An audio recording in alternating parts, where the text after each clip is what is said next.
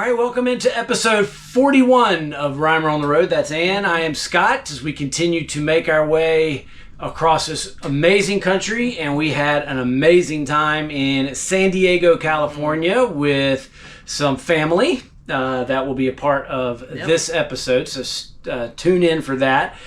We also want to encourage you to follow us on Rhymer on the Road on Instagram. Rhymer on the Road on Instagram. And you did get going on it a little bit. I've been posting a few more times on it, yes. All right, so that keeps a little more real time of what we're doing. And of course, you can like and subscribe here on YouTube. We would greatly appreciate it so that we can help pay forward and give people ideas of where to travel around this great country. You always have the honor in the opening segment of letting us know where we're headed to next, and that is... We are heading to Palm Springs, California. All right. So back to the state of California. Yep, back to Cali. And, of course, if you're following us in real time, it's now into February. So January was great to us with weather. Yes. And Southern California and here in Arizona. And now that February's come, we hope we can continue that trend because it has been awesome. It's been really nice. And you will see just how awesome here in episode 41. It's San Diego, California. Roll the tape.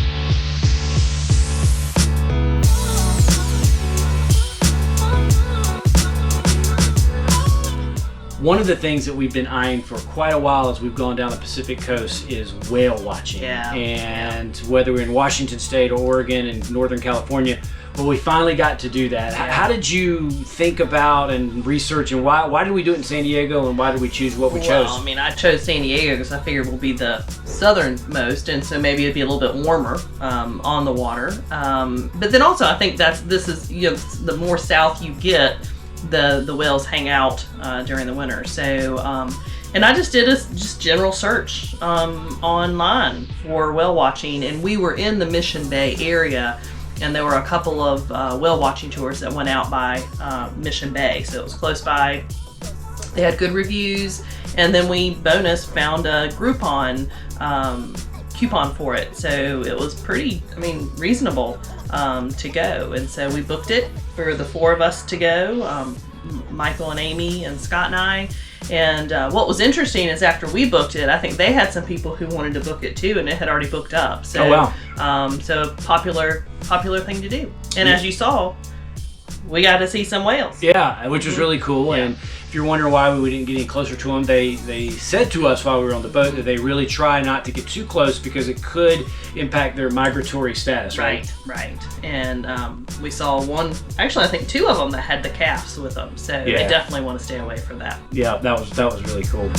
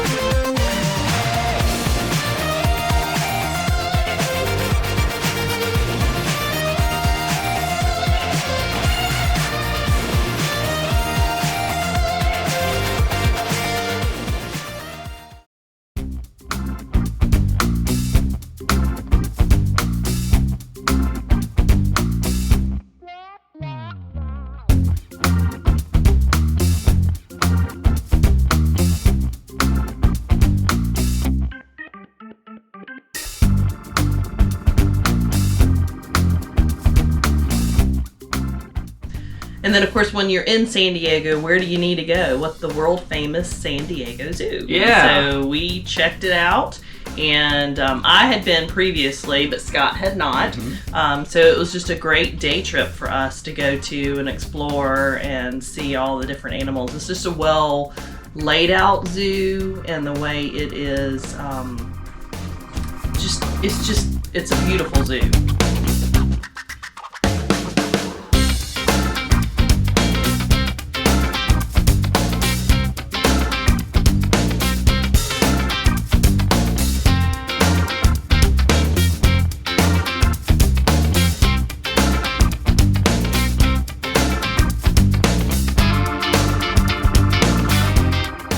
We missed out on, I think the tiger was trying to be elusive. He or she was up sleeping, so we could see her paws, and that was it. We didn't get to see the pandas, right, because they were sleeping. So we missed some of the highlights, but what we did see was an awesome day.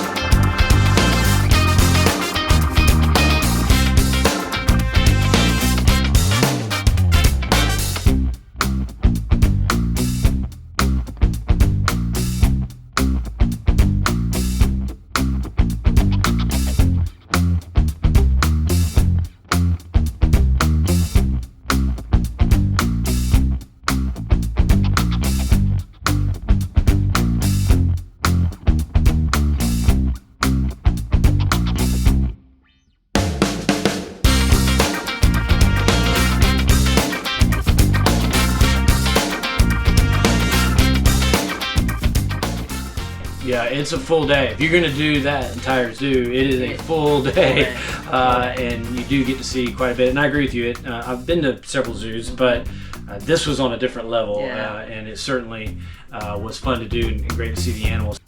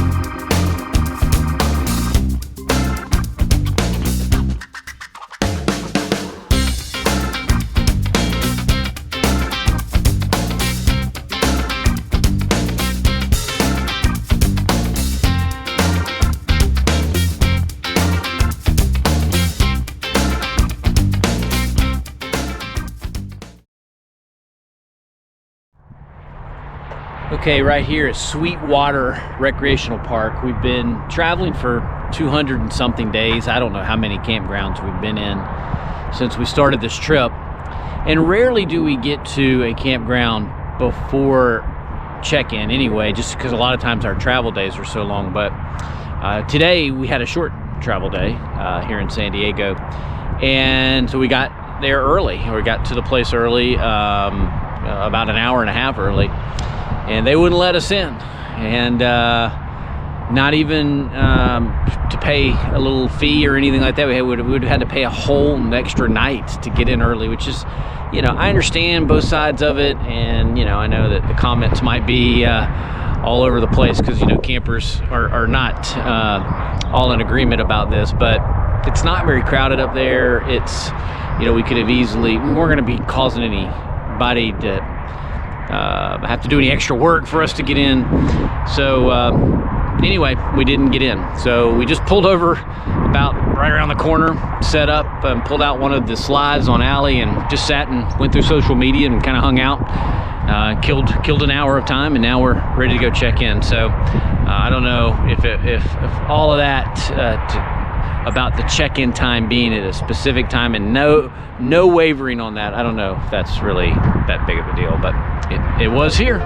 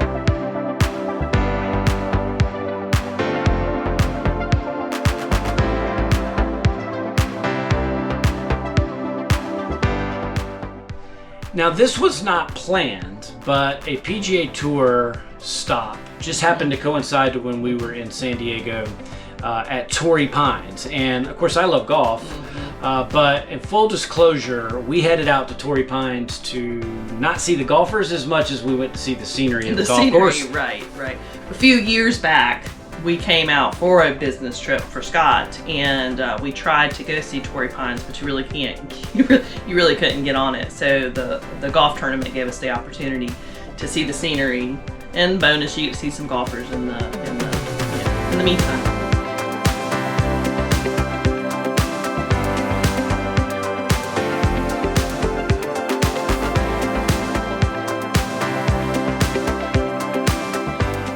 Yeah, it was everything I thought it would be. I mean, the views over the Pacific there in the La Jolla area of California are awesome. So, yeah, I mean, you get to see some great scenery, and of course, as a golf fan, I got to see a little golf too. But the biggest star of the show was not the golfers this week or that week in Torrey Pines. It certainly was the golf course itself. Yes.